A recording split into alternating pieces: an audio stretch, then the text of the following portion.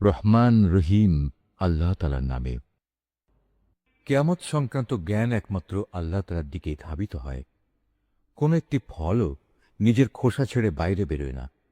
কোন একটি নারীও নিজের গর্ভে সন্তান ধারণ করে না, না সে সন্তান প্রসব করে, যার পূর্ণ জ্ঞান আল্লাহ তাআলার কাছে মজুদ থাকে না।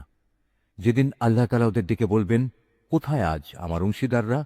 তারা বলবে, হে মালিক, আমরা তোমার কাছে এ নিবেদন করছি, আজ আমাদের মাঝে সাক্ষ্য দেওয়ার জন্য কেউই মজুদ নেই। এরা আগে যাদের ডাকত তারা আজ হারিয়ে যাবে। এরা বুঝতে পারবে তাদের জন্য আর উদ্ধারের কোনো জায়গাই অবশিষ্ট নেই। মানুষ কখনো বৈষয়িক কল্যাণ লাভের জন্য দোয়া করা থেকে ক্লান্তি বোধ করে না। অবশ্য যখন কোনো দুঃখ দৈন্য তাকে স্পর্শ করে, তখন সে সম্পূর্ণরূপে নিরাশ হয়ে পড়ে। যদি দুঃখ কষ্ট স্পর্শ করার পর আমি তাকে অনুগ্রহের স্বাদ আস্বাদন করাই, তখন আবার সে বলে, এ তো আমার প্রাপ্য ছিল। আমি এটাও মনে করি না সত্যি সত্যি কিয়ামত প্রতিষ্ঠিত হবে। তাছাড়া যদি আমাকে একদিন মালিকের কাছে ফেরত পাঠানোই হয়, তাহলে আমার জন্যে তার কাছে শুধু কল্যাণই থাকবে। আমি সেদিন কাফেরদের অবশ্যই বলে দেব দুনিয়ার জীবনে তারা কি কি করত, অতঃপর সে অনুযায়ী আমি তাদের কঠোর আযাব আর সাধন করাবো। আমি যখন মানুষের উপর কোনো অনুগ্রহ করি, তখন সে মুখ ফিরিয়ে নেয় এবং উল্টো দিকে ফিরে যায়। আবার যখন তাকে কোনো অনিষ্ট এসে স্পর্শ করে, তখন সে দীর্ঘ দোয়া নিয়ে আমার সামনে হাজির হয়।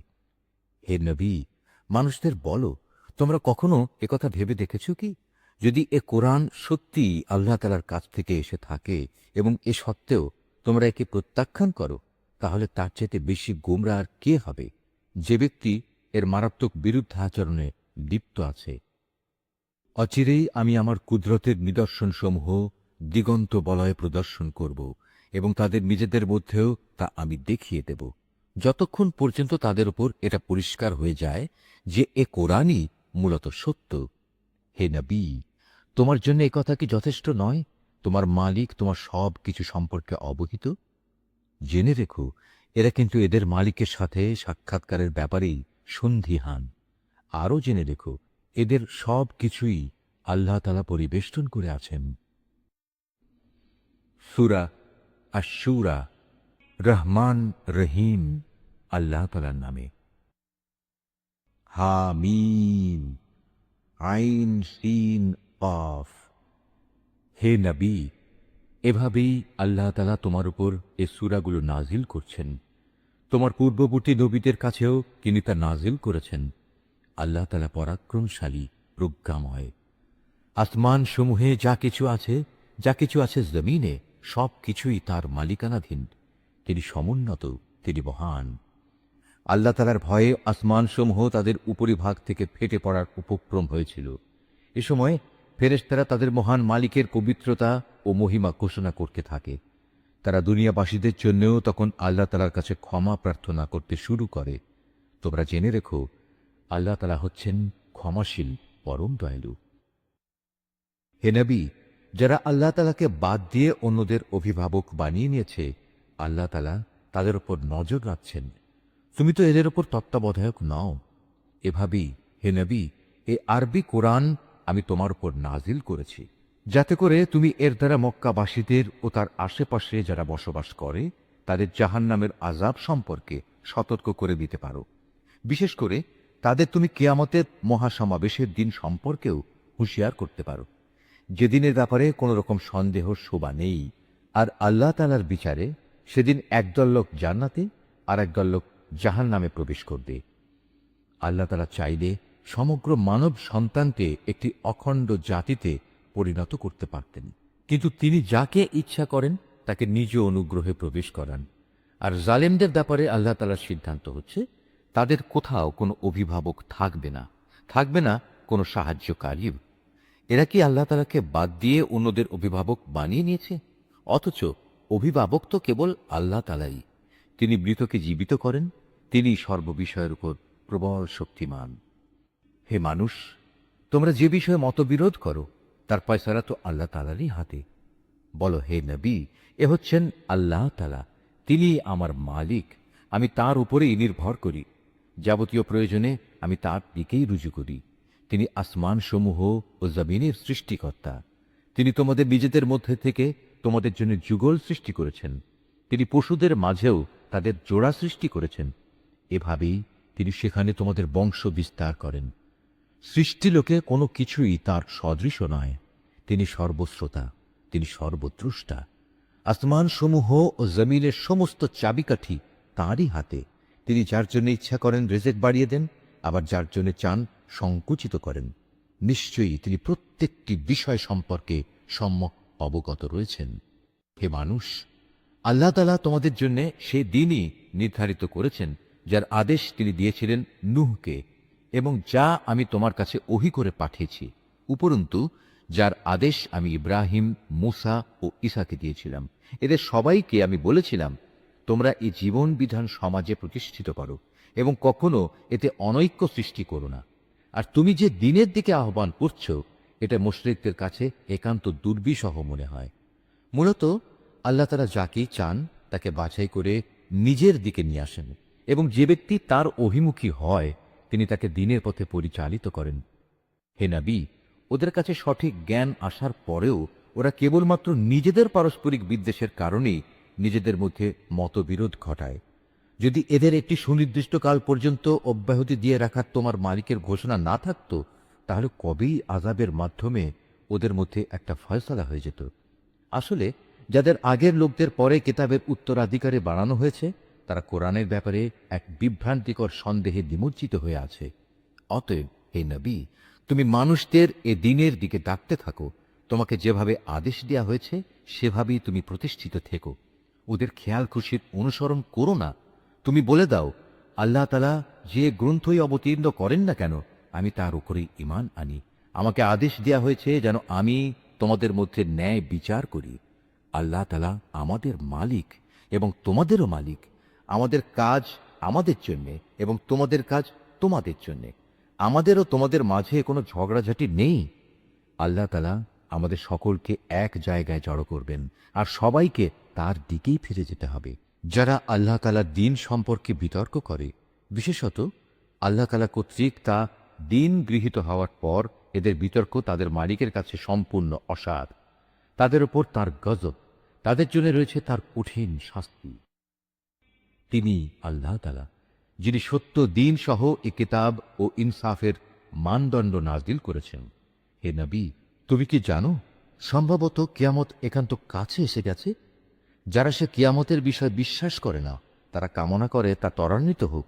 অপরদিকে যারা তা বিশ্বাস করে, তারা তার থেকে ভয় করে, কেননা তারা জানে সেই দিনটি একান্ত সত্য। জেনে রেখো, যারাই কিয়ামত সম্পর্কে বাক বিতণ্ডা করে, তারা মারাত্মক গুমরাহিতে রয়েছে। আল্লাহ তাআলা তার বান্দাদের সূক্ষ্মাতি সূক্ষ্ম বিষয় সম্পর্কেও অবহিত আছেন। তিনি যাকে রিজিক দিতে চান দেন। তিনি প্রবল পরাক্রমশালী। যে ব্যক্তি পরকালের কল্যাণের ফসল কামনা করে, আমি তার জন্য তা বাড়িয়ে দিই। আর যে ব্যক্তি শুধু দুনিয়ার জীবনের ফসল কামনা করে, আমি তাকে অবশ্য দুনিয়ায় তার কিছু অংশ দান করি, কিন্তু পরকালে তার জন্য সে ফসলের কোনো অংশই বাকি থাকে না। এদের কি এমন কোনো শরিক আছে যারা এদের জন্য এমন কোনো জীবন বিধান প্রণয়ন করে নিয়েছে যার অনুমতি আল্লাহ তাআলা দান করেননি? যদি আযাবের মাধ্যমে সিদ্ধান্ত নেওয়া হতো, তাহলে কবেই তাদের মধ্যে একটা ফয়সালা হয়ে যেত। অবশ্যই জালেমদের জন্য কঠিন শাস্তি রয়েছে। হে নবী, সেদিন তুমি এ জালেমদের দেখতে পাবে, তারা নিজেদের কর্মকাণ্ডের শাস্তি থেকে ভীত সন্ত্রস্ত, কেননা তা তাদের ওপর পতিত হবেই। কিন্তু যারা আল্লাহ তাআলার উপর ঈমান এনেছে এবং নেক কাজ করেছে, তারা জান্নাতের মনোরম উদ্যানে অবস্থান করবে।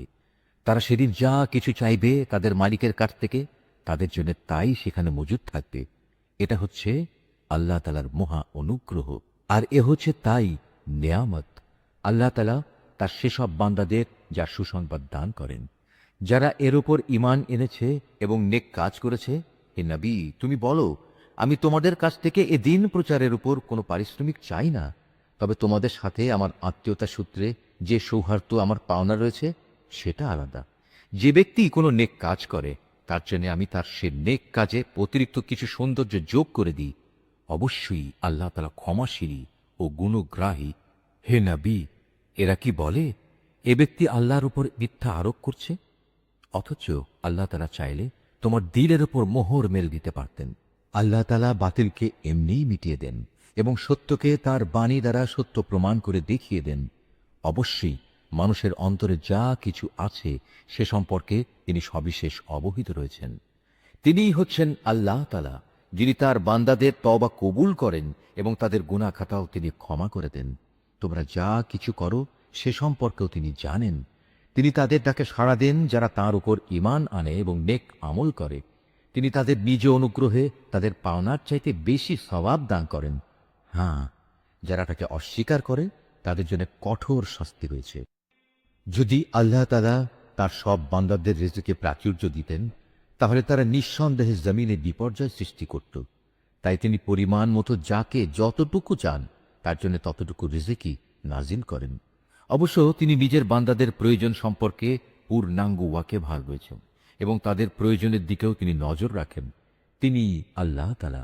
তারা যখন বৃষ্টির ব্যাপারে নিরাশ হয়ে পড়ে তখন তিনি বৃষ্টি প্রেরণ করেন এবং এভাবেই জমিনে তার রহমত ছড়িয়ে দেন। মূলত তিনিই অভিভাবক, তিনি প্রশংসিত। তার কুদরতের অন্যতম নিদর্শন হচ্ছে স্বয়ং আসমান সমূহ ও জমিনের সৃষ্টি। এ দুয়ের মাঝখানে যত প্রাণী আছে তা তিনিই ছড়িয়ে ছিটিয়ে রেখেছেন। তিনি যখন চাইবেন তখন এদের সবাইকে আবার জমা করতে সক্ষম হবেন। হে মানুষ, যে বিপদ আপদই তোমাদের উপর আসুক না কেন, তা হচ্ছে তোমাদের নিজেদের হাতের কামাই।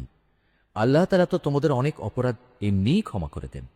তোমরা জমিনে আল্লাহকে ব্যর্থ করে দিতে পারবে না। তিনি ছাড়া তোমাদের কোনো অভিভাবক নেই, নেই কোনো সাহায্যকারীও।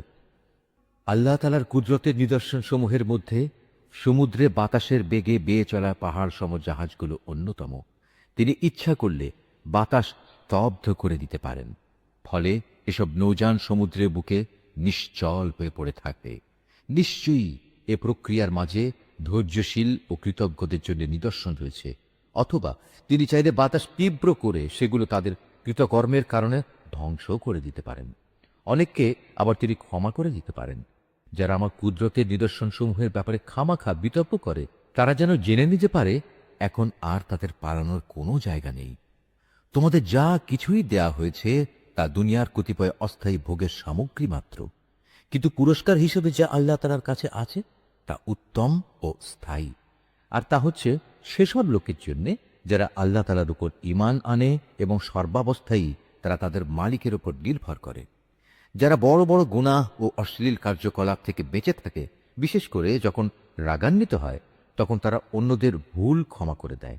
যারা তাদের মালিকের ডাকে সাড়া দেয়, নামাজ প্রতিষ্ঠা করে, যাদের কাজকর্মগুলো সম্পাদনের সময় পারস্পরিক পরামর্শই হয় তাদের কর্মপন্থা, আমি তাদের যে রিজিক দান করেছি তা থেকে তারা আমারই পথে খরচ করে। যারা এমনই আত্মমর্যাদা সম্পন্ন, যখন তাদের উপর বাড়াবাড়ি করা হয় তখন তারা প্রতিশোধ গ্রহণ করে। মন্দের প্রতিফল অনুরূপ মন্দই হবে, কিন্তু যে ক্ষমা করে দেয় এবং আপোষ করে, আল্লাহ তাআলার কাছে অবশ্যই তার জন্য যথাযথ পুরস্কার রয়েছে। আল্লাহ তাআলা কখনো জালেমদের পছন্দ করেন না। কোনো ব্যক্তি যদি তার সাথে জুলুম সংঘটিত হওয়ার পর সমপরিমাণ প্রতিশোধ গ্রহণ করে, তাতে তাদের উপর কোনো অভিযোগ থাকে না। অভিযোগ তো হচ্ছে তাদের উপর যারা মানুষদের উপর অত্যাচার করে এবং পৃথিবীর বুকে অন্যায়ভাবে বিদ্রোহের আচরণ করে বেড়ায়।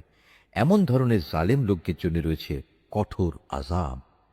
যে ব্যক্তি ধৈর্য ধারণ করে এবং মানুষদের ক্ষমা করে দেয়, সে যেন জেনে রাখে অবশ্যই এটা হচ্ছে সাহসিকতার কাজসমূহের মধ্যে অন্যতম। হে নবী, যে ব্যক্তিকে আল্লাহ তাআলা গোমরাহ করে দেন তার জন্য তিনি ছাড়া আর কোনো দ্বিতীয় অভিভাবক থাকে না। তুমি জালেমদের দেখবে যখন তারা আল্লাহ তাআলার আযাব পর্যবেক্ষণ করবে, তখন বলবে, আজ এখান থেকে ফিরে যাওয়ার কোনো পথ আছে কি? তুমি তাদের দেখতে পাবে যখন তাদের জাহান্নামের কাছে এনে হাজির করা হবে, তখন তারা অপমানে অবনত হয়ে যাবে। ভয়ে তারা অর্থ নির্মিলিত চোখে তাকিয়ে থাকবে। এই অবস্থা দেখে যারা ঈমান এনেছিল তারা বলবে, সত্যিকার ক্ষতিগ্রস্ত লোক তো তারা যারা আজ কিয়ামতের দিন নিজেদের ও নিজেদের আদর্শিক পরিবার পরিজনদের এভাবে ক্ষতি সাধন করেছে। হে নবী, জেনে রেখো, নিঃসন্দেহে জালেমরা সেদিন স্থায়ী আযাবে থাকবে। আর সে আযাব এসে গেলে তাদের আল্লাহ ছাড়া এমন কোনো অভিভাবক থাকবে না যারা তখন তাদের কোনো রকম সাহায্য করতে পারবে। সত্যি কথা হচ্ছে, আল্লাহ তাআলা যাকে গোমরাহ করেন তার জন্য বাঁচার কোনোই উপায় নেই। হে মানুষ, সেদিনটি আসার আগেই তোমরা তোমাদের মালিকের ডাকে সাড়া দাও। আল্লাহ তাআলার কাছ থেকে যে দিনটির তার প্রতিরোধকারী কেউই থাকবে না। সেদিন তোমাদের জন্য কোনো আশ্রয়স্থলও থাকবে না, আর না তোমাদের পক্ষে সেদিন অপরাধ অস্বীকার করা সম্ভব হবে। অতঃপর যদি এরা হেদায়েত থেকে মুখ ফিরিয়ে নেয়, তাহলে তুমি জেনে রেখো, আমি তোমাকে তাদের উপর দারোগা করে পাঠাইনি। তোমার দায়িত্ব তো হচ্ছে শুধু আল্লাহ তাআলার বাণী পৌঁছে দেয়া। যখন আমি মানুষদের আমার রহমতের স্বাদ আস্বাদন করাই, তখন সে ভীষণ উল্লসিত হয়। আবার যদি তাদেরই কোনো কর্মকাণ্ডের কারণে তাদের উপর কোনো দুঃখ কষ্ট আসে, তখন সে মানুষ অকৃতজ্ঞ হয়ে পড়ে। আকাশমণ্ডলী ও জমিনের সমুদয় সার্বভৌমত্ব একমাত্র আল্লাহ তাআলার জন্যে।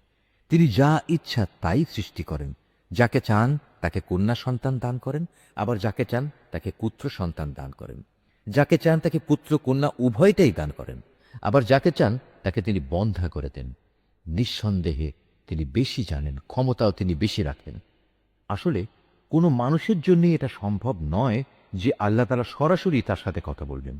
অবশ্য ওহী দ্বারা অথবা পর্দার অন্তরাল থেকে কিংবা ওহী নিয়ে তিনি কোনো দূত তার কাছে পাঠাবেন, এবং সে দূত তারই অনুমতিক্রমে তিনি যখন যেভাবে চাইবেন বান্দার কাছে ওহী পৌঁছে দেবে। নিশ্চয়ই তিনি উচ্চ মর্যাদাশীল, প্রজ্ঞাময়, কুশলী। এমনি ভাবি, হে নবী, আমি আমার আদেশে দ্বীনের এর রূহ তোমার কাছে ওহী করে পাঠিয়েছি। নতুবা তুমি তো আদৌ জানতেই না আল্লাহ তাআলার কিতাব কি, না তুমি জানতে ঈমান কি কাকে বলে। কিন্তু আমি এর রূহকে একটি নূরে পরিণত করে দিয়েছি, যার দ্বারা আমি আমার বান্দাদের যাকে চাই তাকে দ্বীনের পথ দেখাই, এবং আমার আদেশক্রমে তুমিও মানুষদের সঠিক পথ দেখিয়ে যাচ্ছ। সে পথ আল্লাহ তাআলারই পথ। আসমান সমূহে ও জমিনে যা কিছু আছে সব কিছু আল্লাহ তাআলার জন্যে। শুনে দেখো, পরিশেষে সব কিছু আল্লাহ তাআলার দিকেই ধাবিত হয়। সূরা আয-যুখরুফ। রহমান রহিম আল্লাহ তাআলার নামে। হামিম। সুস্পষ্ট কিতাবের শপথ। আমি কে আরবি ভাষার কোরআন বানিয়েছি, যাতে করে তোমরা এটা অনুধাবন করতে পারো। এ মহাগ্রন্থ কোরআন আমার কাছে সমুন্নত ও অটল অবস্থায় মজুদ রয়েছে। হে নবী, তুমি বলো, আমি কি সংশোধনের কর্মসূচি থেকে সম্পর্কহীন হয়ে তোমাদের উপদেশ দেয়া কাজ শুধু এ কারণেই ছেড়ে দেব যে তোমরা একটি সীমা লঙ্ঘনকারী সম্প্রদায়? আগের লোকদের মাঝে আমি কত নবী না পাঠিয়েছি। তাদের অবস্থা ছিল, যে নবী তাদের কাছে আসতো ওরা তার সাথেই ঠাট্টা বিদ্রূপ করত। তাদের মধ্যে যারা শক্তি সামর্থ্যে প্রবল ছিল, আমি তাদের সবাইকে ধ্বংস করে দিয়েছি। এ ধরনের উদাহরণ আগে তো অনেকগুলোই অতিবাহিত হয়ে গেছে। তুমি যদি ওদের জিজ্ঞেস করো আসমান সমূহ ও জমিন কে সৃষ্টি করেছেন, তবে তারা অবশ্যই বলবে, এগুলো তো সবই পরাক্রমশালী ও সর্বজ্ঞ আল্লাহ তাআলাই পয়দা করেছেন, যিনি তোমাদের জন্যে পৃথিবীকে বিছানা সদৃশ করেছেন, তাতে পথঘাট বানিয়েছেন যাতে করে তোমরা গন্তব্যস্থলে পৌঁছতে পারো। তিনি আসমান থেকে পরিমাণ মতো পানি বর্ষণ করেছেন এবং তা দিয়ে মৃত ভূখণ্ডকে জীবন দান করেছেন। একইভাবে তোমরাও একদিন পুনরুত্থিত হবে। তিনি সব কিছুই জোড়ায় জোড়ায় পয়দা করেছেন। তিনি তোমাদের জন্য নৌকা ও চতুষ্পদ জন্তু বানিয়েছেন, যেন তোমরা তার উপর আরোহণ করো, যাতে করে তোমরা তাদের পিঠে স্থির হয়ে বসতে পারো। সেগুলোর উপর সুস্থির হয়ে বসার পর তোমরা তোমাদের মালিকের অনুগ্রহের কথা স্মরণ করো এবং বলো, পবিত্র ও মহান তিনি, যিনি আমাদের জন্য একে বশীভূত করে দিয়েছেন। অন্যথায় আমরা তো তা বশীভূত করার কাজে সমর্থবান ছিলাম না। আর নিঃসন্দেহে আমরা আমাদের মালিকের দিকেই ফিরে যাব। এ সত্ত্বেও এরা আল্লাহ তাআলার বান্দাদের মধ্যে থেকে কার জন্য তার সার্বভৌমত্বের কিছু অংশ দান করো? মানুষ স্পষ্টতই বড় অকৃতজ্ঞ। রুকু 2।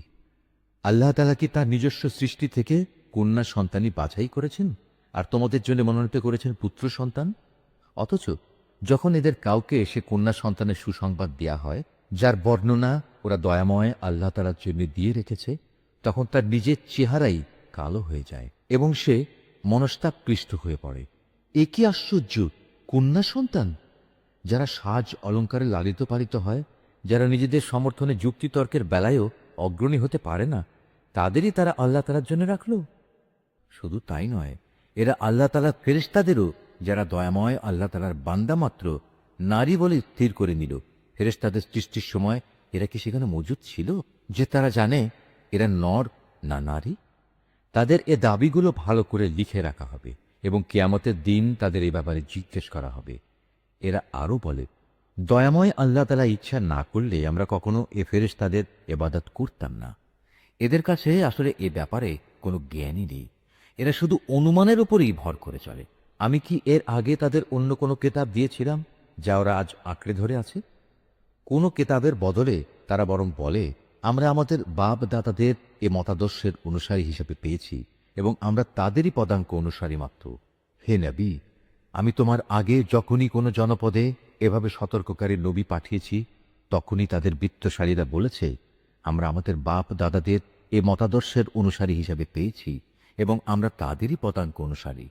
হে নবী, তুমি বলো, যদি আমি তার চাইতে উৎকৃষ্ট পথ নির্দেশ তোমাদের কাছে নিয়ে আসি, যার উপর তোমরা তোমাদের বাপ দাদাদের পেয়েছ, তারপরেও তোমরা তাদের অনুসরণ করবে? তারা বলল, যে দিন গিয়ে তোমাকে পাঠানো হয়েছে আমরা তা প্রত্যাখ্যান করছি। অতএব আমি তাদের কাছ থেকে বিদ্রোহের প্রতিশোধ নিয়েছি। তুমি দেখে নাও মিথ্যাবাদীদের কি বিভৎস পরিণাম হয়েছিল। যখন ইব্রাহিম তার পিতা ও তার জাতিকে বলল, আমি অবশ্যই তাদের থেকে সম্পূর্ণ মুক্ত যাদের তোমরা পূজা করো। হ্যাঁ, আমি ইবাদত শুধু তাঁরই করি যিনি আমাকে পয়দা করেছেন। নিঃসন্দেহে তিনি আমাকে সৎ পথে পরিচালিত করবেন।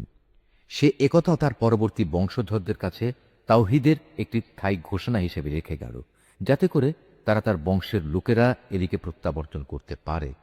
এ সত্ত্বেও আমি তাদের ধ্বংস করিনি, বরং আমি তাদের ও তাদের বাপ দাদাদের পার্থিব সম্পদ দান করা অব্যাহত রেখেছি, যতক্ষণ না তাদের কাছে সত্য দিন ও পরিষ্কার ঘোষণা নিয়ে আরেকজন নবী এসে হাজির হয়েছে। কিন্তু যখন তাদের কাছে সত্য দিন এসে গেল, তখন তারা বলতে লাগলো, এ তো হচ্ছে জাদু, আমরা তো কিছুতেই তা মেনে নিতে পারি না। তারা কেউ বলল, এ কোরআন কেন দুটো জনপদের কোনো প্রভাবশালী ব্যক্তির উপর নাজিল হলো না? হে নবী, তারা কি তোমার মালিকের রহমত বন্টন করছে? অথচ আমি তাদের দুনিয়ার জীবনে তাদের মধ্যে তাদের জীবিকা বন্টন করেছি। আমি তাদের একজনের উপর আরেকজনের বৈষয়িক মর্যাদা সমুন্নত করেছি, যাতে করে তারা একজন অপরজনকে সেবক হিসেবে গ্রহণ করতে পারে। কিন্তু তোমার মালিকের রহমত অনেক উৎকৃষ্ট, তারা যেসব সম্পদ জমা করে তার চেয়ে বড়। যদি একথার আশঙ্কা না থাকত যে দুনিয়ার সব কয়টি মানুষ একই পথের অনুসারী হয়ে যাবে, তাহলে দয়াময় আল্লাহ তাআলার অস্বীকারী কাফেরদের ঘরের জন্যে আমি রৌপ্য নির্মিত ছাদ ও সিঁড়ি বানিয়ে দিতাম, যার উপর দিয়ে তারা উঠত নামত। তাদের ঘরের জন্য সাজিয়ে দিতাম রৌপ্য নির্মিত দরজা ও পালঙ্ক, যার উপর তারা হেলান দিয়ে বসত। প্রয়োজনে তা স্বর্ণ নির্মিতও করে দিতে পারতাম। আসলে এর সব কয়টি জিনিসই তো হচ্ছে পার্থিব জীবনের ধন সম্পদ। আর হে নবী, আখেরাত ও তার সম্পদ তোমার মালিকের কাছে, একান্তভাবে তাদের জন্যে যারা আল্লাহ তাআলাকে ভয় করে। যে ব্যক্তি দয়াময় আল্লাহ তাআলার স্মরণ থেকে মুখ ফিরিয়ে নেয়, আমি তার জন্যে একটি শয়তান নিয়োজিত করে দিই। তারপর সেই সর্বক্ষণ তার সাথী হয়ে থাকে। তারাই অতঃপর তাদের আল্লাহ তাআলার পথ থেকে দূরে সরিয়ে রাখে, অথচ তারা নিজেরা মনে করে তারা বুঝি সঠিক পথের উপরই রয়েছে। যখন এ ব্যক্তি কিয়ামতের দিন আমার সামনে হাজির হবে, তখন তার সাথী শয়তানকে দেখে সে বলবে, হায়, কত ভালো হতো যদি আজ আমার ও তোমার মাঝে দুই উদয়াচলের ব্যবধান থাকত। তুমি কত নিকৃষ্ট সাথী ছিলে আমার। বলা হবে, যখন তোমরা শয়তানকে সাথীরূপে গ্রহণ করে নিজেদের উপর জুলুম করেছিলে, তখন আজও তোমরা এই আযাবে একজন আরেকজনের অংশীদার হয়ে থেকো। হে নবী, তুমি বলো, আজ এগুলো তোমাদের কোনো রকম উপকারই দেবে না। হে নবী, তুমি কি বধিরকে কিছু শোনাতে পারবে? অথবা পারবে কি পথ দেখাতে সে অন্ধকে, যে সুস্পষ্ট গুমরাহিতে নিমজ্জিত? অতঃপর আমি তোমাকে দুনিয়া থেকে উঠিয়ে নিয়ে গেলেও আমাকে এদের কাছ থেকে বিদ্রোহের প্রতিশোধ নিতে হবে, অথবা তোমার জীবদ্দশায় তোমাকে সে শাস্তির বিষয় দেখিয়ে দেই যেটার ওয়াদা আমি তাদের দিয়েছি। তাতেও এই প্রতিশোধ কেউ ঠেকাতে পারবে না। আমি অবশ্যই তাদের উপর প্রবল ক্ষমতায় ক্ষমতাবান। অতএব এ গ্রন্থ যা তোমার উপর ওহী করে পাঠানো হয়েছে তা শক্তভাবে আঁকড়ে ধরো। তুমি অবশ্যই সঠিক পথের উপর রয়েছ। নিঃসন্দেহে এ কোরআনটা তোমার ও তোমার জাতির জন্য উপদেশ। অচিরেই তোমাদের এই ব্যাপারে জিজ্ঞাসাবাদ করা হবে। হে নবী, তোমার আগে আমি যেসব রসুল পাঠিয়েছিলাম, তুমি তাদের জিজ্ঞেস করে দেখো, আমি কি কখনো তাদের জন্য দয়াময় আল্লাহ তাআলা ছাড়া অন্য কোনো মাবুদ ঠিক করে দিয়েছিলাম যার আসলেই কোনো ইবাদত করা যেত? আমি মূসাকেও আমার নিদর্শন সমূহ দিয়ে ফেরাউন ও তার পারিষদদের কাছে পাঠিয়েছিলাম।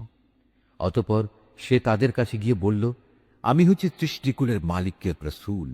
যখন সে সত্যি সত্যি আমার নিদর্শন সমূহ নিয়ে তাদের কাছে এলো, তখন সাথে সাথে তারা তাকে নিয়ে হাসি ঠাট্টা করতে লাগলো। আমি তাদের যে নিদর্শনী দেখাতাম তা আগেরটা চেয়ে বড় হতো। সবই যখন ব্যর্থ হলো, তখন আমি তাদের আযাব দিয়ে পাকড়াও করলাম, যাতে করে তারা আমার দিকে ফিরে আসে। আযাব দেখলেই তারা মূসাকে বলতো, হে জাদুকর, তোমার মালিক তোমার সাথে যে ওয়াদা করেছেন তার ভিত্তিতে তার কাছে আমাদের জন্য দোয়া করো। নিষ্কৃতি পেলে আমরা সঠিক পথে চলব। অতঃপর আমি যখন তাদের উপর থেকে আযাব সরিয়ে নিলাম, তখনই তারা মূসাকে দেয়া অঙ্গীকার ভঙ্গ করে বসল। একদিন ফেরাউন তার জাতিকে ডাকলো এবং বলল, হে আমার জাতি, তোমরা কি বলো মিশরের রাজত্ব আমার জন্য নয়? এই নদীগুলোকে আমার প্রাসাদের নিচ দিয়ে প্রবাহিত হচ্ছে না? তোমরা কি কিছু দেখতে পাচ্ছ না? আমি কি সে ব্যক্তি থেকে শ্রেষ্ঠ নই যে খুব নিচু জাতের লোক, এবং সে তো নিজের কথাগুলো পর্যন্ত স্পষ্ট করে বলতে পারে না? নবী হলে তাকে সোনার কঙ্কন পরানো হলো না কেন? কিংবা তার সাথে দল বেঁধে আসমানের ফেরেশতারই বা কেন এলো না? এসব বলে সে তার জাতিকে বেকুব বানিয়ে দিল। এক পর্যায়ে তারা তার কথা মেনেও নিল। আসলে ওরাও তো ছিল এক নাফরমান সম্প্রদায়ের লোক। যখন তারা আমাকে দারুণভাবে প্রধান্বিত করল, তখন আমিও তাদের কাছ থেকে প্রতিশোধ নিলাম এবং তাদের সবাইকে পানিতে ডুবিয়ে দিলাম। আমি পরবর্তী বংশধরদের জন্য তাদের ইতিহাসের উল্লেখযোগ্য ঘটনা ও শিক্ষণীয় দৃষ্টান্ত করে রাখলাম। হে নবী, যখনই মারিয়াম পুত্রের উদাহরণ পেশ করা হয়, তখন সাথে সাথে তোমার সম্প্রদায়ের লোকেরা খুশিতে চিৎকার জুড়ে দেয়। তারা বলতে থাকে, আমাদের মাবুদরা ভালো না সে মারিয়াম পুত্র ঈসা ভালো? আসলে এরা কেবল বিতর্কের উদ্দেশ্যেই এসব কথা উপস্থাপন করে। বরং এরা তো কলহপরায়ণ জাতিই বটে। মূলত সে ছিল আমারই একজন বান্দা, যার পর আমি অনুগ্রহ করেছিলাম। তাকে বনী ইসরায়েলদের জন্য আমি আমার কুদরতের একটা অনুকরণীয় আদর্শ বানিয়েছিলাম। আমি চাইলে তোমাদের বদলে ফেরেশতাদের পাঠাতাম। সে অবস্থায় তারাই দুনিয়ায় আমার প্রতিনিধিত্ব করত। সে মারিয়াম পুত্র ঈসা হবে মূলত কিয়ামতের একটি নিদর্শন। হে নবী, তুমি লোকদের বলো, তোমরা সে কিয়ামতের ব্যাপারে কখনো সন্দেহ পোষণ করো না। তোমরা আমার আনুগত্য করো, কেননা এটাই তোমাদের জন্য সহজ সরল পথ। শয়তান যেন কোনো অবস্থায় এ পথ থেকে তোমাদের বিচ্যুত করতে না পারে, সেদিকে বিশেষভাবে খেয়াল দেখো। নিঃসন্দেহে সে হচ্ছে তোমাদের প্রকাশ্য দুশমন। ঈসা যখন স্পষ্ট দলিল প্রমাণ নিয়ে এলো, তখন সে তার লোকদের বলল, আমি তোমাদের কাছে প্রজ্ঞা নিয়ে এসেছি, এবং তোমরা যে আমার অবস্থান সম্পর্কে নানা মতবিরোধ করছো তা আমি তোমাদের স্পষ্ট করে বলে দেব।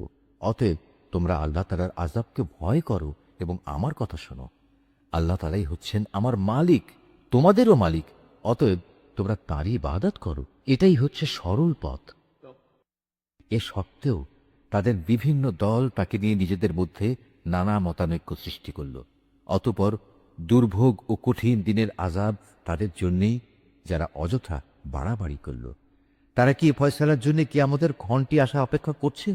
তা কিন্তু একদিন আকস্মিকভাবেই তাদের উপর এসে পড়বে এবং তারা টেরও পাবে না।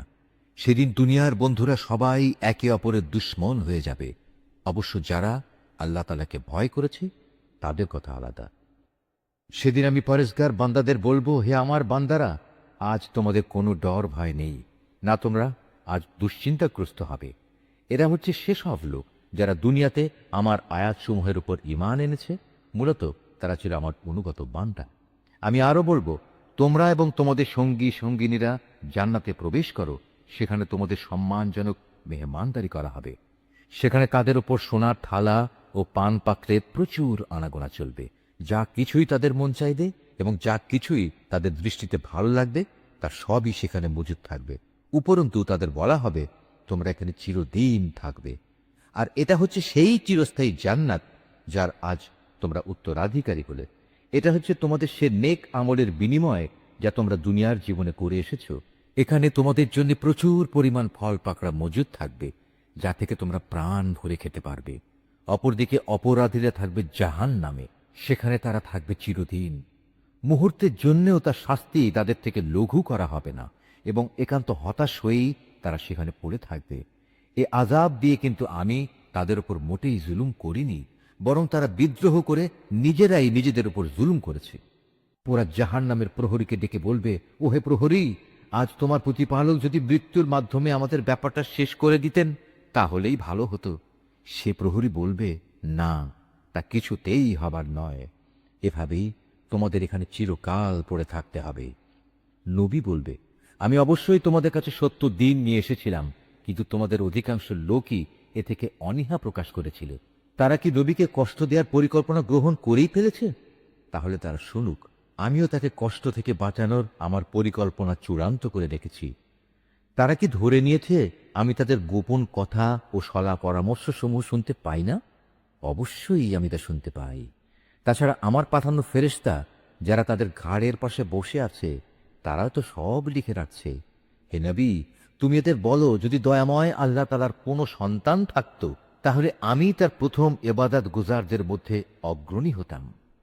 আল্লাহ তাআলা অনেক পবিত্র, তিনি আসমান সমূহ ও জমিনের মালিক, মহান আরশের তিনি অধিপতি। এরা যা কিছু তার সম্পর্কে বলে তিনি তা থেকে পবিত্র। অতএব হে নবী, তুমি এদের সেদিন পর্যন্ত অর্থহীন কথাবার্তা ও খেলাধুলায় মত্ত থাকতে দাও, যখন তারা সে কঠিন দিনটির সম্মুখীন হবে যার ওয়াদা বারবার তাদের কাছে করা হয়েছে।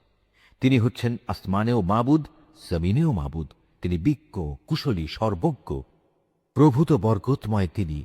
আসমান সমূহ, জমিন ও এ উভয়ের মধ্যবর্তী স্থানে যেখানে যা কিছু আছে, এ সব কিছুর একক সার্বভৌমত্ব তার জন্যেই। কিয়ামতের সঠিক খবর তার কাছেই রয়েছে। পরিশেষে তোমাদের সবাইকে তার কাছেই ফিরে যেতে হবে। তাকে বাদ দিয়ে এরা অন্য যেসব মাবুদকে ডাকে তারা তো আল্লাহ তাআলার কাছে সুপারিশের কোনো ক্ষমতাই রাখে না। তবে যারা সত্যের পক্ষে সাক্ষ্য দেবে তাদের কথা আলাদা। হে নবী, তুমি যদি তাদের জিজ্ঞেস করো কে তাদের পয়দা করেছেন, তারা বলবে অবশ্যই আল্লাহ তাআলা। তাহলে বলো, তোমরা তাকে বাদ দিয়ে কোথায় কোথায় ঠোকর খাচ্ছ? আল্লাহ তাআলা তার রসুলের এ বক্তব্য সম্পর্কেও জানেন। হে আমার মালিক, এরা হচ্ছে এমন লোক যারা কখনোই ঈমান আনবে না। হে রসুল, অতঃপর তুমি এদের থেকে বিমুখ থাকো। এদের ব্যাপার ক্ষমাসুন্দর দৃষ্টিতে দেখো এবং তাদের উদ্দেশ্যে বলো সালাম, কেননা অচিরেই ওরা সত্য মিথ্যা জানতে পারবে। সূরা আদ-দুখান। রহমান রহিম আল্লাহ তাআলার নামে। হামিম। সুস্পষ্ট কিতাবের শপথ। আমি একে একটি মর্যাদাপূর্ণ রাতে নাজিল করেছি। অবশ্যই আমি হচ্ছি জাহান্নাম থেকে সতর্ককারী। সে সময়ের মধ্যে প্রত্যেকটি গুরুত্বপূর্ণ কাজের ফয়সালা স্থিরীকৃত হয়। তা স্থিরীকৃত হয় আমারই আদেশক্রমে কাজ সম্পাদনের জন্য। আমি নিঃসন্দেহে আমার দূত পাঠিয়ে থাকি।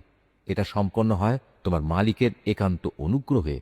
অবশ্যই তিনি সব কিছু শোনেন, সব কিছু জানেন। তিনি আসমান সমূহ, জমিন এবং এদের উভয়ের মাঝখানে যা কিছু আছে তা সব কিছুর মালিক। যদি তোমরা ঈমানদার হও তাহলে তোমরা অযথা বিতর্কে লিপ্ত হয়েও না। তিনি ছাড়া আর কোনোই মাবুদ নেই। তিনি জীবন দান করেন, তিনিই মৃত্যু ঘটান। তিনি তোমাদের মালিক এবং তোমাদের বাপ দাদাদেরও মালিক। এ সত্ত্বেও তারা সন্দেহের বশবর্তী হয়ে এর সাথে খেল তামাশা করে চলেছে। অতএব হে নবী, তুমি সেদিনের অপেক্ষা করো যেদিন আকাশ তার স্পষ্ট ধোঁয়া নিচের দিকে ছেড়ে দেবে। তা অল্প সময়ের মধ্যে গোটা মানুষদের গ্রাস করে ফেলবে। এটা হবে এক কঠিন শাস্তি। তখন তারা বলবে, হে আমাদের মালিক, আমাদের কাছ থেকে এ আযাব সরিয়ে নাও, আমরা এক্ষুনি ঈমান আনছি। কিন্তু এখন আর তাদের উপদেশ গ্রহণ করার সুযোগ কোথায়? তাদের কাছে সুস্পষ্ট মর্যাদাবান রসুল তো এসেই গেছে। তা সত্ত্বেও তারা তার থেকে মুখ ফিরিয়ে নিয়েছে। তারা বলেছে, এগুলো হচ্ছে পাগল ব্যক্তির শেখানো কতিপয় বুলি। আমি যদি কিছু সময়ের জন্য আযাব সরিয়েও দেই তাতে কি লাভ? তোমরা তো আবার তাই করবে। একদিন আমি কঠোরভাবে এদের পাকড়াও করব এবং এদের কাছ থেকে আমি পুরোপুরি প্রতিশোধ নেব। এদের আগে আমি ফেরাউনের জাতির লোকদেরও পরীক্ষা করেছি। তাদের কাছেও আমার একজন সম্মানিত রসুল মূসা এসেছিল। সে ফেরাউনের লোকদের বলল, আল্লাহ তাআলার এই বান্দাদের তোমরা আমার কাছে দিয়ে দাও, কেননা আমি তোমাদের কাছে একজন বিশ্বস্ত নবী হয়ে এসেছি। সে বলল, তোমরা আল্লাহ তাআলার সাথে বিদ্রোহ করো না।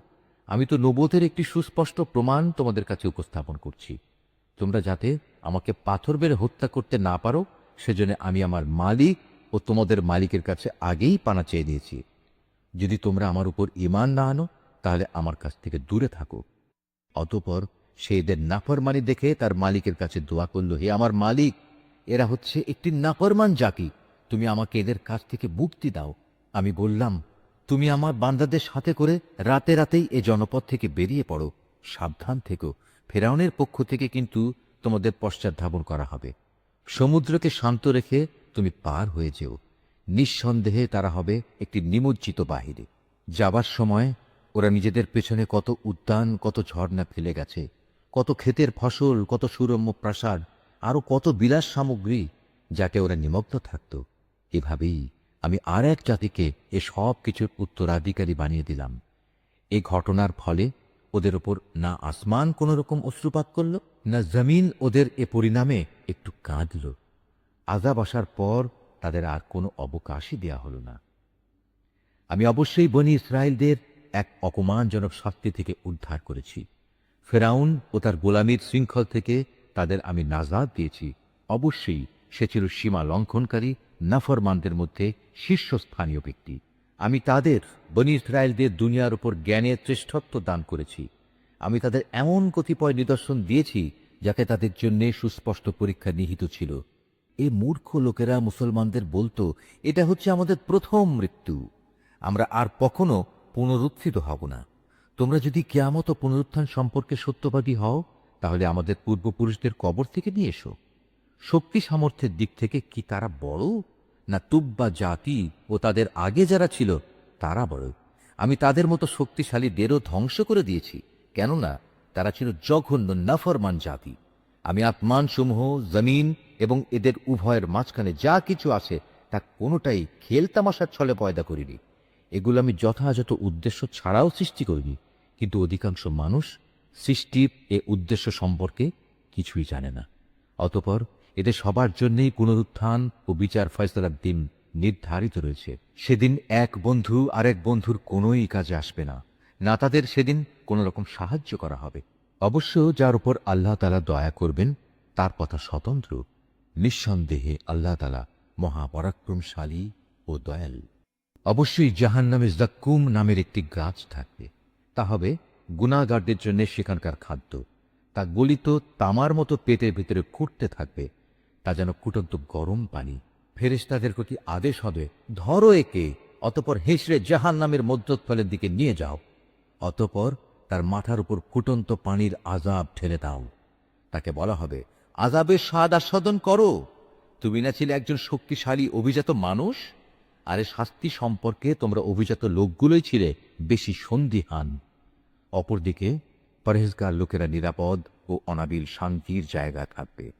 মনোরম উদ্যানে ও অমীয় ঝর্ণাধারায় মিহি ও পুরু রেশমি বস্ত্র পরিধান করে এরা একে অপরের সামনাসামনি হয়ে বসবে। এমনই হবে তাদের পুরস্কার। উপরন্তু তাদের আমি দেব আয়তলোচনা পরমা সুন্দরী হুর।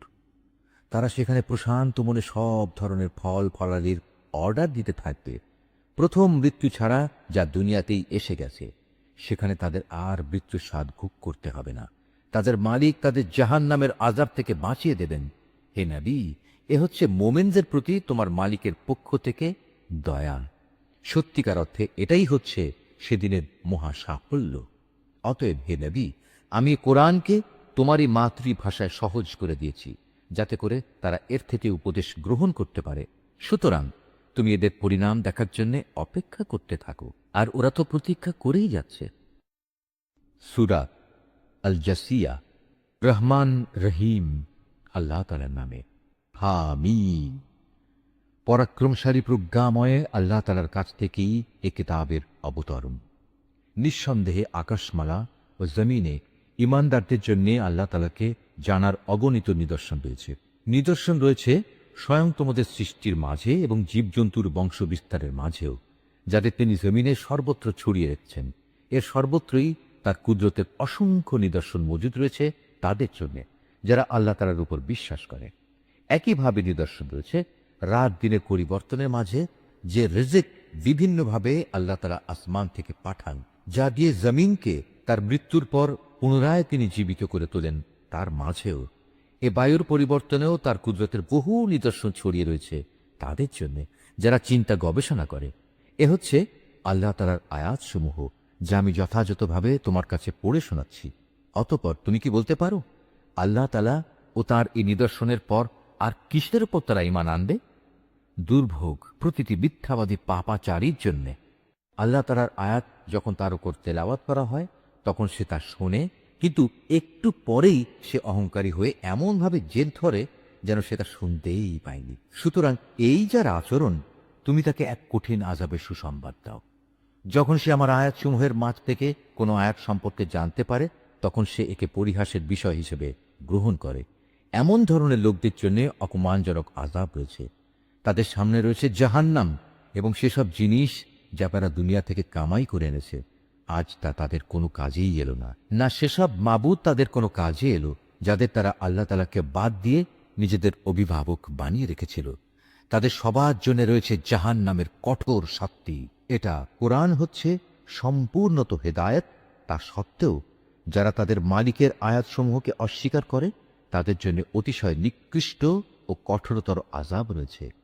আল্লাহ তাআলাই সেই মহান সত্তা, যিনি সমুদ্রকে তোমাদের অধীন করে রেখেছেন, যাতে করে তোমরা তাঁরই আদেশক্রমে নৌযান সমূহে তাতে চলতে পারো। এর দ্বারা তোমরা তার অনুগ্রহ রিজিক সন্ধান করতে পারো এবং শুকর আদায় করতে পারো। একইভাবে তার অনুগ্রহ থেকে তিনি আকাশমণ্ডলী ও পৃথিবীর সব কিছু তোমাদের অধীন করে দিয়েছেন। অবশ্যই এর মধ্যে চিন্তাশীল সম্প্রদায়ের জন্য অনেক নিদর্শন রয়েছে। হে নবী, ঈমানদারদের তুমি বলো, যারা আল্লাহ তাআলার অমোঘ বিচারের ক্ষণগুলো থেকে কিছু আশা করে না, তারা যেন তাদের ক্ষমা করে দেয়, যাতে করে আল্লাহ তাআলা এ বিশেষ দলকে তাদের কৃতকর্মের জন্য পরকালে পুরোপুরি বিনিময় দিতে পারেন।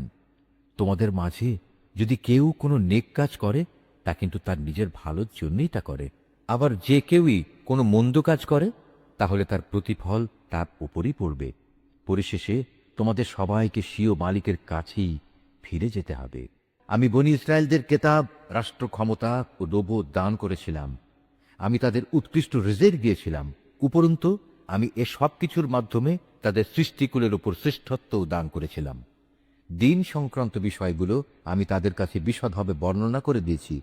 অতঃপর যে মতবিরোধ তারা নিজেদের মধ্যে সৃষ্টি করেছে, তা কিন্তু তাদের অজ্ঞতার কারণে নয়, বরং তা ছিল তাদের পারস্পরিক জেদের কারণ।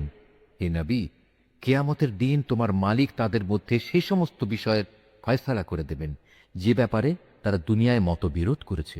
অতঃপর হে নবী, আমি তোমাকে দিনের এক বিশেষ পদ্ধতির ওপর এনে স্থাপন করেছি। অতএব তুমি শুধু তারই অনুসরণ করো। শরীয়তের ব্যাপারে সেসব লোকদের ইচ্ছা আকাঙ্ক্ষার অনুসরণ করো না, যারা আখিরাত সম্পর্কে কিছুই জানে না। আল্লাহ তাআলার মোকাবেলায় এরা তোমার কোনোই কাজে আসবে না। তাছাড়া জালেমরা তো একজন আর একজনের বন্ধু, আর পরেজগার লোকদের আসল বন্ধু হচ্ছেন আল্লাহ তাআলা স্বয়ং। এ কোরআন হচ্ছে মানুষের জন্য সুস্পষ্ট দলিল। সর্বোপরি ঈমানদারদের জন্য তা হচ্ছে জ্ঞানের কথা, পথনির্দেশ ও অনুগ্রহ। যারা অপকর্ম করে, তারা কি মনে করে নিয়েছে আমি তাদের সে লোকদের মতো করে দেব যারা ঈমান এনেছে এবং সে অনুযায়ী নেক আমল করেছে? তাদের জীবন ও তাদের মরণ কি ঈমান গ্রহণকারীদের মতো একই ধরনের হবে? কত নিম্নমানের ধারণা পোষণ করছে এরা আল্লাহ তাআলা সম্পর্কে। আল্লাহ তাআলা আসমান সমূহ ও জমিন যথাযথভাবে সৃষ্টি করেছেন, যাতে করে এ দুয়ের মাঝে বসবাসরত প্রতিটি বাসিন্দা তা কর্মের যথাযথ বিনিময় পেতে পারে। কিয়ামতের দিন তাদের কারো প্রতি বিন্দুমাত্র জুলুম করা হবে না। হে নবী, তুমি কি সে ব্যক্তিটির প্রতি লক্ষ্য করেছ যে ব্যক্তি নিজের খেয়াল খুশিকে নিজের মাবুদ বানিয়ে নিয়েছে এবং পর্যাপ্ত পরিমাণ জ্ঞান থাকা সত্ত্বেও আল্লাহ তাআলা তাকে গোমরা করে দিয়েছেন? তার কান ও তার অন্তরে তিনি মোহর মেরে দিয়েছেন, তার চোখে তিনি পর্দা এঁটে দিয়েছেন। এমন ব্যক্তিকে আল্লাহ তাআলার পর কে পথ নির্দেশ দেবে? তারপরেও কি তোমরা কোনো উপদেশ গ্রহণ করবে না? এ মূর্খ লোকেরা এও বলে, আমাদের পার্থিব দুনিয়া ছাড়া আর কোনো জীবনই নেই। আমরা যে মরি বাঁচি তা সব আমাদের এখানেই। আমাদের যা কিছু ধ্বংস করে তা এই কালের আবর্তনই করে। মূলত এদের এ ব্যাপারে কোনোই জ্ঞান নেই। এরা শুধু আন্দাজ অনুমানের ভিত্তিতে কথা বলে। যখন এদের কাছে আমার কিতাবের সুস্পষ্ট আয়াতগুলো পড়া হয়, তখন এদের কাছে এছাড়া আর কোনো যুক্তিই থাকে না যে তারা বলে, তোমরা যদি কিয়ামতের দাবিতে সত্যবাদী হও, তাহলে আমাদের বাপ দাদাদের কবর থেকে নিয়ে এসো। হে নবী, তুমি এদের বলো, আল্লাহ তাআলাই তোমাদের জীবন দান করেন, তিনিই তোমাদের মৃত্যু দেন। তিনিই আবার কিয়ামতের দিন তোমাদের পুনরায় একত্রিত করবেন। এটা সংঘটিত হবার ব্যাপারে কোনোই সন্দেহ নেই। কিন্তু তারপরেও অধিকাংশ মানুষ এ সম্পর্কে কিছুই জানে না। আকাশমণ্ডলী ও জমিনের যাবতীয় সার্বভৌমত্ব আল্লাহ তাআলার জন্যেই। যেদিন কিয়ামত সংঘটিত হবে, সেদিন এই বাতিলপন্থীরা ভীষণভাবে ক্ষতিগ্রস্ত হবে। হে নবী, সেদিন তুমি প্রত্যেক সম্প্রদায়কে দেখবে মহাবিচারকের সামনে ভয়ে আতঙ্কে নতজানু হয়ে করে থাকবে। প্রত্যেক জাতিকেই তাদের আমল নামার দিকে ডাক দেয়া হবে। তাদের বলা হবে, দুনিয়ায় তোমরা যা কিছু করতে, আজ তোমাদের তার যথার্থ প্রতিফল দেয়া হবে। এ হচ্ছে আমার সংরক্ষিত নথিপত্র, যা তোমাদের কর্মকাণ্ডের উপর ঠিক ঠিক বর্ণনায় পেশ করবে। তোমরা যখন যা করতে, আমি তা এখানে সেভাবেই লিখে রেখেছি। যারা ঈমান এনেছে এবং নেক কাজ করেছে, আজ তাদের মালিক তাদের তার অনুগ্রহে জান্নাতে দাখিল করাবেন, আর এটাই হবে চরমতম সাফল্য। অপরদিকে যারা কুফরি অবলম্বন করেছে, আমি তাদের বলবো, তোমাদের সামনে কি আমার আয়াতসমূহ বারবার পড়ে শোনানো হতো না? কিন্তু এ সত্ত্বেও তোমরা ঔদ্ধত প্রকাশ করেছিলে। মূলত তোমরা ছিলে একেবারেই নাফরমান জাতি। যখন তোমাদের বলা হতো আল্লাহ তাআলার ওয়াদা সত্য এবং কিয়ামত সংঘটিত হওয়ার মধ্যে কোন রকম সন্দেহ নেই, তখন তোমরা অহংকার করে বলতে, কিয়ামত আবার কি? আমরা জানি না, আমরা এ ব্যাপারে সামান্য কিছু ধারণাই করতে পারি মাত্র। কিন্তু আমরা তো তাতে বিশ্বাসীও নই। সেদিন তাদের মন্দ কাজগুলো তাদের কাছে স্পষ্ট প্রকাশ হয়ে পড়বে এবং সে বিষয়টি তাদের পরিবেষ্টন করে নেবে, যে ব্যাপারে তারা হাসি ঠাট্টা করে বেড়াত। ওদের তখন বলা হবে, আজ আমি তোমাদের জেনে শুনেই ভুলে যাব। ঠিক যেভাবে তোমরা দুনিয়ায় থাকতে এই দিনের সাক্ষাৎকে ভুলে গিয়েছিলে, আজ তোমাদের ঠিকানা হবে জাহান্নামের আগুন। সে আগুন থেকে বাঁচার জন্যে এখানে তোমরা কোনোই সাহায্যকারী পাবে না। এ কারণেই তোমাদের শাস্তি দেয়া হলো। তোমরা আল্লাহ তাআলার আয়াতসমূহ নিয়ে হাসি তামাশা করতে এবং তোমাদের পার্থিব জীবন দারুণভাবে তোমাদের প্রতারিত করে রেখেছিল। সুতরাং আজ তাদের জাহান্নাম থেকে বের করা হবে না, না আল্লাহ তাআলার দরবারে তাদের কোন রকম অজুহাত পেশ করার সুযোগ দেয়া হবে। অতএব সমস্ত প্রশংসা আল্লাহ তাআলার জন্য, যিনি আসমান সমূহের মালিক, তিনি জমিনের মালিক, তিনি মালিক গোটা সৃষ্টিকুলের। আকাশমণ্ডলী এবং জমিনের সমস্ত গৌরব ও মাহাত্ম্য তাঁর জন্যেই নিবেদিত। তিনি মহা পরাক্রমশালী ও প্রজ্ঞাময়। নিশ্চয়ই আল্লাহ যা বলেছেন সত্য বলেছেন।